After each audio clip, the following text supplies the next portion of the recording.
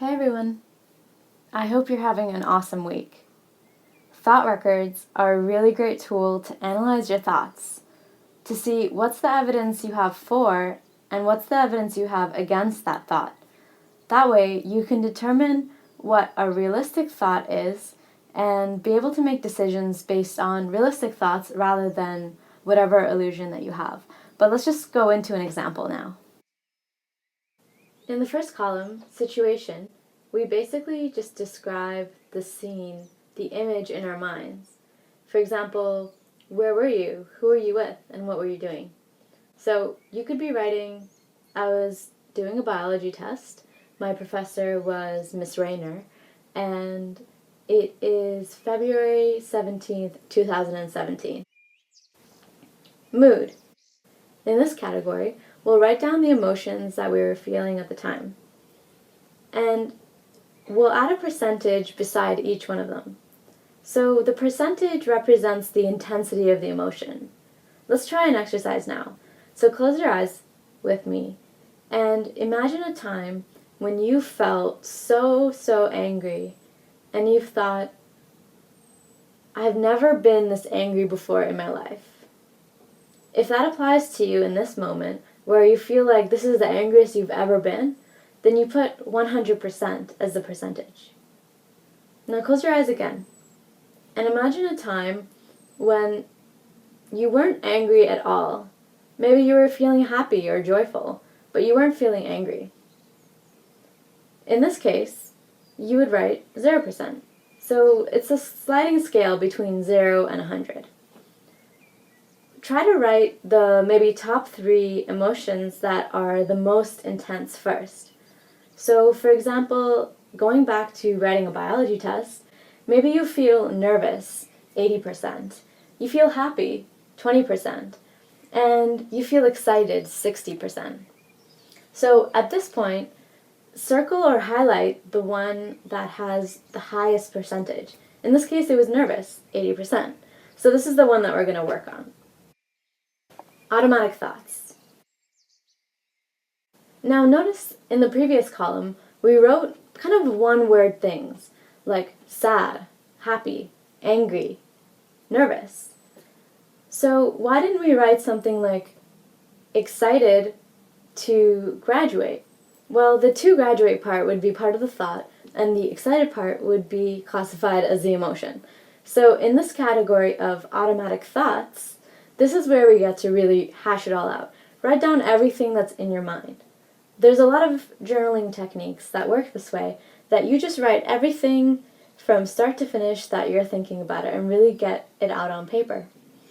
Now here, what we're going to do after we write down everything that we want to write is to highlight the one that we think matches the most with our most intense emotion.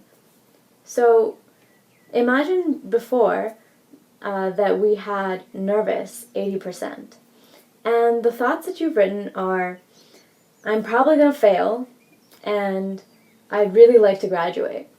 So when you look at these, you notice I'm probably going to fail is probably the thought that corresponds the most to nervous, 80%. So you're going to highlight both of these. Now this is the thought that we're going to work on. Evidence 4.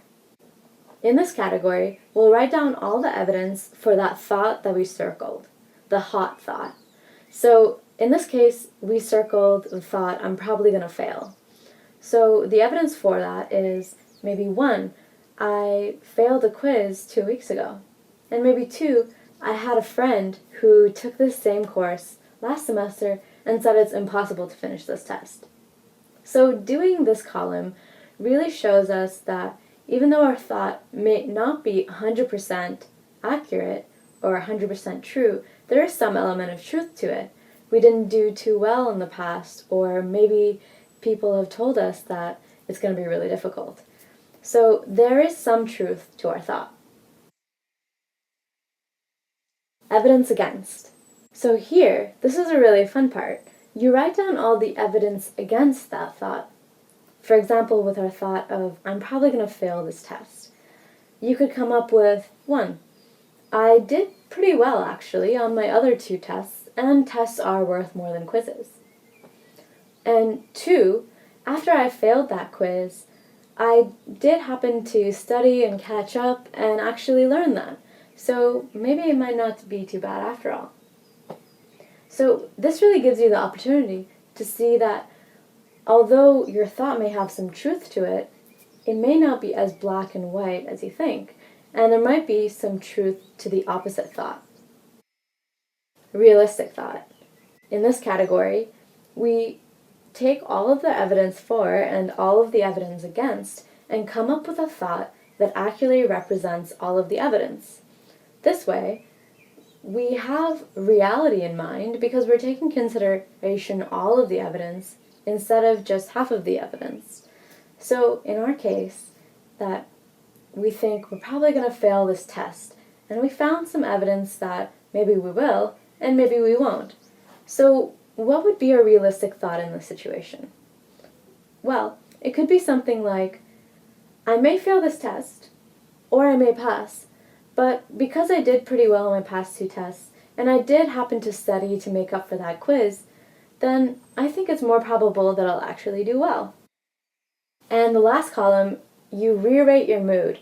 Now, I actually like to do this column in the same column as the mood one and just kind of write it right beside the old percentage. But what you're basically doing is giving a new percentage to the same moods. Or if there's new, more intense ones that have arisen, then you can take those into consideration too. So if you remember, the first three were nervous, 80%, happy, 20%, and excited, 60%. So after doing this thought record, what are the new percentages? Maybe you find that your nervousness has gone down by 5%, so you feel 75% nervous. Maybe you find that your happiness has gone up by a mere 2%, so now 22%. And maybe you found that your excitement hasn't changed at all. It stayed the same. Now notice that these changes are very small. I didn't say anything like, oh, my nervousness was completely gone by the end of this thought record. And the reason I did it that way is because this was actually my experience. In the first 10 to 15 thought records that I did, there were very small increases of my happy moods and small decreases of my uncomfortable moods. So it was kind of hard to see the effect. But over time, I noticed that I was seeing drops in my negative moods by something like 50% after doing these thought records. And the reason is that these neural pathways that we're trying to rewire, it takes a while.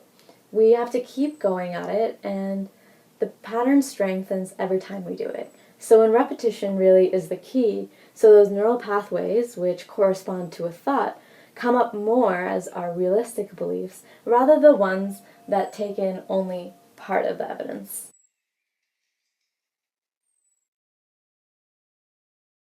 I hope that it helps you whenever you're feeling any sort of emotions that may feel uncomfortable, or if you just want to even make your positive thoughts more realistic as well, which is a really great tool to have.